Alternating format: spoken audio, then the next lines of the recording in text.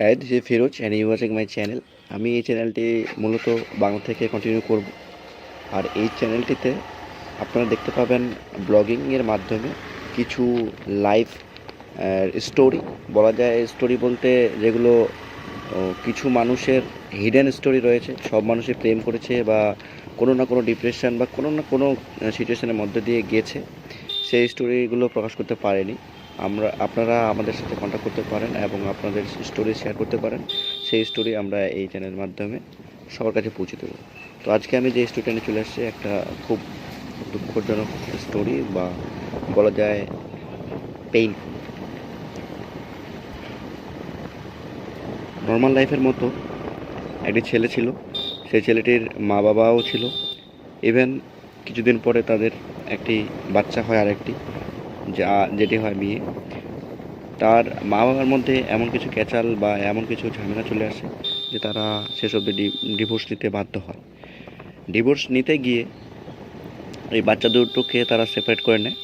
তার মধ্যে তার বাবা ছেলেটিকে নেয় আর তার মা মেয়েটির দায়িত্ব নেয়। এইভাবে দুজন আলাদা হয়ে যায়।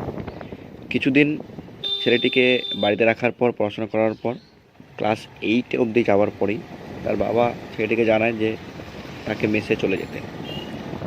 ছেলেটির বাধ্য হয়, মেসে পাঠিয়ে দেয়। ইভেন সে খুব কম বয়সেই ফ্যামিলি ছাড়া হয়ে যায়। সে মেসে থাকতে শুরু করে। মেসে থাকাকালীন সে অনেকটাই যেমন আমরা কাটাই সেরকম লাইফ কাটাতে পারে না, কারণ তার মা নেই, তার বাবা নেই। সেভাবে তার সাথে কন্ট্যাক্ট করতে পারে না বা কন্ট্যাক্ট রাখে না। সে এইভাবে বন্ধুদের মাঝখানে থেকে নিজেকে আনন্দ দিতে থাকে আর এভাবেই কাটতে থাকে তার লাইফ। কিন্তু ধীরে ধীরে তার বাবা তার সাথে কন্ট্যাক্ট কমিয়ে দেয়, কারণ তার বাবা আবার একটি নতুন বিয়ে করে। এদিকে তার মা যে ছিল, তার মাও আলাদা একটা বিয়ে করে। তো তার সাথে পুরোই কন্ট্যাক্ট কমে যায়। এবার আপনি ভাবতে পারেন, একটি ছেলে যার মা বাবা থাকা সত্ত্বেও নেই বলা যায়, এরকম সিচুয়েশনে সে কাটতে থাকে, বন্ধুদের সাথে সব শেয়ার করতে থাকে। কিন্তু ধীরে ধীরে যে আর্থিক হেল্পটা পেত সেটাও কমতে থাকে। শেষ অবধি সে আর কোনো রাস্তা পায় না। এরই মাঝখানে সে একটি রিলেশনেও জড়ায়, কিন্তু রিলেশনটাও বেশি দিন টিকেনি। কারণ কোনো মেয়েই হয়তো চাইবে না এরকমভাবে একটি ছেলের সাথে একটা রিলেশনশিপ কন্টিনিউ করতে, যেহেতু ছেলেটির ব্যাকগ্রাউন্ড এরকম ধরনের। মেয়েটিও ভাববে যে এই ধরনের ছেলেকে সে বাড়িতে কীভাবে বলবে, তার মা বাবা মেনে নেবে কি না। কারণ যেই ছেলের বাবা মা থাকা সত্ত্বেও নেই, ডিভোর্স হয়ে গেছে, তাহলে তাদেরও এরকম হতে পারে, কোনো ফিউচার নেই। এই ভেবে হয়তো তাদের ব্রেকআপ হয়ে যায়। এটা অ্যাপার্ট ফ্রম দিস, এই ঘটনাটি বাদ রাখলাম, কী হয়েছে না হয়েছে ওদের মধ্যে।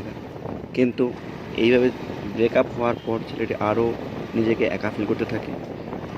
ফিল করতে করতে একদিন ছেলেটি বাধ্য হয় সুসাইড করতে। সুসাইড করার আগে সে বন্ধুদের সাথে এইটুকু শেয়ার করে যে তার মৃত্যু মুখটা যেন তার বাবা মাকে কোনোভাবেই দেখতে না দেওয়া হয়। এতটা প্যাথেটিক ঘটনা, পেইনফুল, অনেকের লাইফে ঘটে থাকে।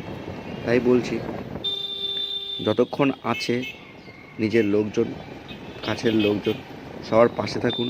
অনেক মানুষ অনেকভাবে ডিপ্রেশনে থাকে, তাদের সাথে বসুন, হেল্প করুন, ভালোভাবে দুটো কথা বলুন, ডিপ্রেশনটা কাটান। মানুষই মানুষের পাশে থাকবে, আর কেউ আসবে না।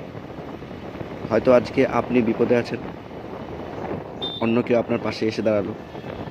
ঠিক আপনি যদি পাশে কারো দাঁড়ান, তবেই কিন্তু এই জিনিসটা আপনি ব্যাক পাবেন। নাহলে কিন্তু সবাই স্বার্থপর হয়ে যাবে, আর এইভাবে নিষ্পাপ প্রাণগুলো চলে যাবে। ভালো থাকবেন, সুস্থ থাকবেন, এইভাবে আমাদের পাশে থাকুন, সাপোর্ট করুন। আর আপনার যদি কোনো স্টোরি থাকে, প্লিজ কন্ট্যাক্ট করুন। আমরা যেমনই হোক আপনার স্টোরি তুলে ধরব। সেই লোকটিকে বা সেই ফ্যামিলিটিকে বা যাকেই আপনি মেনশন করতে চাচ্ছেন, আপনি বলতে পারছেন না, আমাদের মাধ্যম দিয়ে তার কাছে আশা করি পৌঁছে যাবে। ধন্যবাদ সকলকে আমার ভিডিওটি দেখার জন্য।